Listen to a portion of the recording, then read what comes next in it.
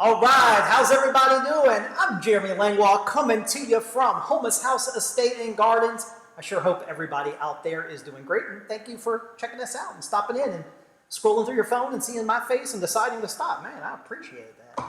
Hope everybody's doing great, and man, I am excited today. I don't know, Jesse, I don't know how it took us so long to get to doing this recipe. It seems like a no-brainer, but we are doing the classic, iconic dessert from New Orleans, Banana Fosters. There's few desserts in Louisiana that when you think Louisiana cuisine, boom, this comes to the top of the list. You know, maybe bread pudding, 100% sure, that's iconically Louisiana, and then Banana Fosters as well. Known worldwide, but originated in New Orleans at the Brennan's restaurant in the 1950s. It was a dish they created at that time to honor the commissioner of crime in New Orleans. I guess it's questionable how well he did, but Richard Foster, this dish was created for him in Brennan's and now is served worldwide. And before I get started, I actually just wanted to go over the ingredients because once we start cooking, guys, what I love about Banana Fosters, it's the reason why they often do it tableside at a restaurant like Commander's or Brennan's, is because it comes together incredibly fast. Like always, y'all, please share the video if you like what we do. It just helps get it out there. And then also, we love interacting with y'all. My friend Jesse, head of PR here at Houmas House, is behind the camera, and we are looking to answer your questions live, or we're looking at them throughout the week, and we're happy to answer them throughout the week as well. So, before I go over the ingredients, we are going to start with butter. I am, just to kind of get things going, I am going to go ahead and I'm going to get a little bit of butter melting in our skillet, because that's the first step. So we're going to go ahead and get some butter melting in a skillet. So let's go over the ingredients. Of course, and I'm also going to talk about, I got a little variation, a little twist I like to add to it. We have brown sugar. We have cane syrup. Now this isn't traditional, y'all. I'm going to put a splash of cane syrup into my sauce because I think cane syrup adds a little bit of richness, a little syrupy richness body to the sauce that makes it just a little more smoother that I really like about it, so I add a little cane syrup. Of course, we got our sliced bananas ready to go. Now, the bananas, you want to slice fairly last second whenever you go to serve them. You don't want to slice bananas and just leave them sitting out because they will oxidize and start to turn brown. So you want to cut your bananas last second. We also have some cinnamon and nutmeg, and then you'll always add some liqueur to your Banana Fosters and some rum. So we're using banana liqueur, so I got some banana liqueur here, and then we got some spiced rum. I'm going to talk a little bit more about the alcohol when I get to that, because there's a couple of tricks that I like to do. We'll get to that in a second.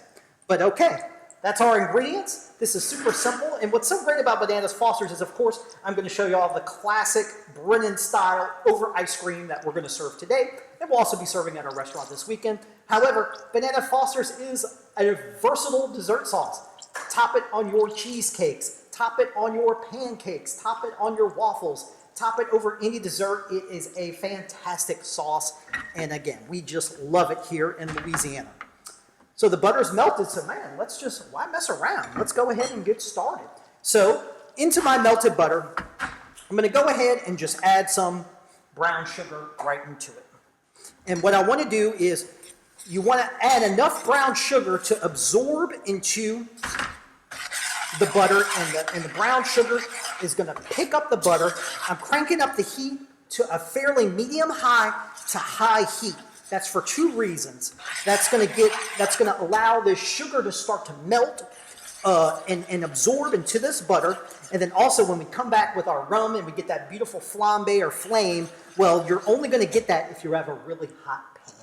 So let's go ahead and get that sugar melted in there, and we're just whisking away until it starts to get just a little bubbly.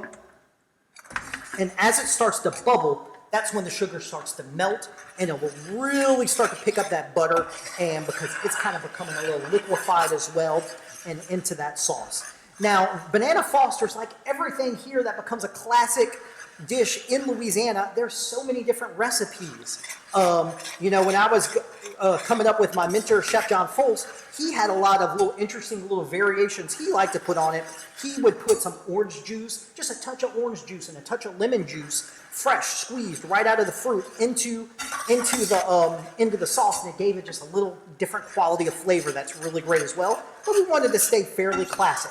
Now this is right where we're all here. If Jesse, you can show the camera, but when that sugar starts to bubble, that's what we're looking for. It's not going to melt that sugar and allow that sugar to melt until you really get a little bit of heat. So right when we see that sugar starting to bubble, that's what we're looking for. Now I'm going to come in, again, this is just a touch of this cane syrup, y'all. Not a whole lot, but again, this isn't classic, but I really like putting the cane syrup into my Bananas Fosters because it kind of smooths out the sauce itself, gives it a little bit more body, and of course, cane syrup is nothing more than a sugar base as well, so it makes perfect sense to what we're doing. All right, we're almost at the point now where we're ready to add our liqueur and our rum. A couple things. Of course, we got our bottles here. We're using a dark spiced rum. That's classic what you want to do. But also, so two things. You'll notice, well, why do I got them in here when I got my bottles here? Oftentimes, I just like to pour right out of the bottle. Well, because the alcohol content in this rum is so high that we want to, safety first, we want to be careful. We're just going to have our measured out alcohol ready to go so we can pour it right in instead of trying to pour right out of the bottle and risk, who knows what will happen. I mean, I guarantee if Jessie did it, the whole dang bottle is going to blow up in her hand, and it would be a disaster, and we don't want that, and I don't want that to happen to you as well. But whenever, again, because we are going to get a little flame, we're only going to get a flame if you're cooking for two things. A, your pan has to be hot, because as soon as I throw this rum in here, it's going you'll hear a sizzle, and you're good. And what that is you're going to have alcohol starting to evaporate into the air from steam off of the pan. And that's going to connect with this flame down here, and it's going to cause it to flambe. If you were cooking, say, on an induction stove or electric stove, you can still get that, but you'd have to, if you want to have that flambe, you would pour your alcohol in, and then you would come back with a lighter, give it a little click, and then that will cause it to flame. But it's the interaction between the alcohol evaporating off the pan and the flame right here. That's why you often see we tilt it up to do it. Now, this is where the fun really comes in, because the reason I became a chef was I was a bit of a pyromaniac as a kid, and I loved playing with fire, so being a chef was a perfect job for me, either that or a fireman, both cool jobs, and I really like to make a show and a production whenever we do it, so I'm actually going to put a little 151 proof rum into our rum mixture as well, and that's really going to give us a good flame. We tried this earlier, and Jesse laughed at me whenever I had the explosion of fire. So let's see what we're going to get here. You ready, guys? We're going to go ahead and add our rum now. Again, I'm going to pull this off the stove. I'm going to add in my rum. That's what we want to hear. And then we're going to get up. Ta-da! And if you really want to impress your friends, while it's still flaming, we're going to add the cinnamon and nutmeg. But I like to do it while you still got a flame, and it makes these little pixie dust as you go into it. And that's just cool. So we're going to add our cinnamon and nutmeg right there into the rum. That's going to burn off. Cinnamon and nutmeg goes in. We're also going to add now our banana liqueur. A little more alcohol, because you know, Louisiana. Let that cook just a little bit. And we're just going to let that cook off for a second. And that is our base for the Banana Fosters. We're going to go in now with our bananas. You know, again, different chefs have different ways of approaching everything. A lot of chefs will start to cook the bananas with the butter and the brown sugar in the beginning. I like to add my bananas right at the end and just allow them just to stew for a couple seconds just to start to soften. If you cook your bananas too much, I find if you start with the bananas too early, in my opinion, the bananas, especially depending on how ripe they are, sometimes become a little mushy. And I personally don't like that. I like to keep my bananas intact, so I put them in right at the end. But of course, in everything, that's up to you. And again, this is it. Super simple to put together. Classic New Orleans dessert, you know, great for a party, great for the show of the flambe. We just love it here in Louisiana. We're going to serve this. I have some vanilla bean ice cream. I'm going to put that right onto the plate.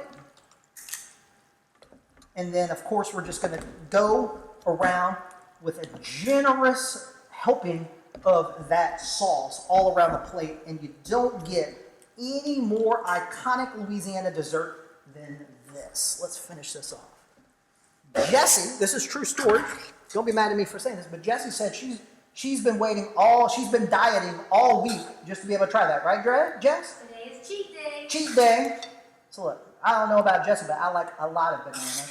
So we're going to get that in there. Again, we're going to be serving Banana Fosters all this week at Houmas House. If you're in the area, we would love to have you. And hey, if you're ever at Houmas House and you tune into the shows, man, believe it or not, they don't let me out of here that often. Let your wait staff know. Say, hey, we love the show. Is Chef Jeremy there? And man, I would love to come out and chat with you. We love hearing from y'all. But there you go. Bananas Fosters, New Orleans style, served right here at Houmas House. Give it a try at home. It's super simple if you've never made it before, and extremely versatile. Let me know how it comes out for you. Other than that, we will see you next week. Thanks for tuning in.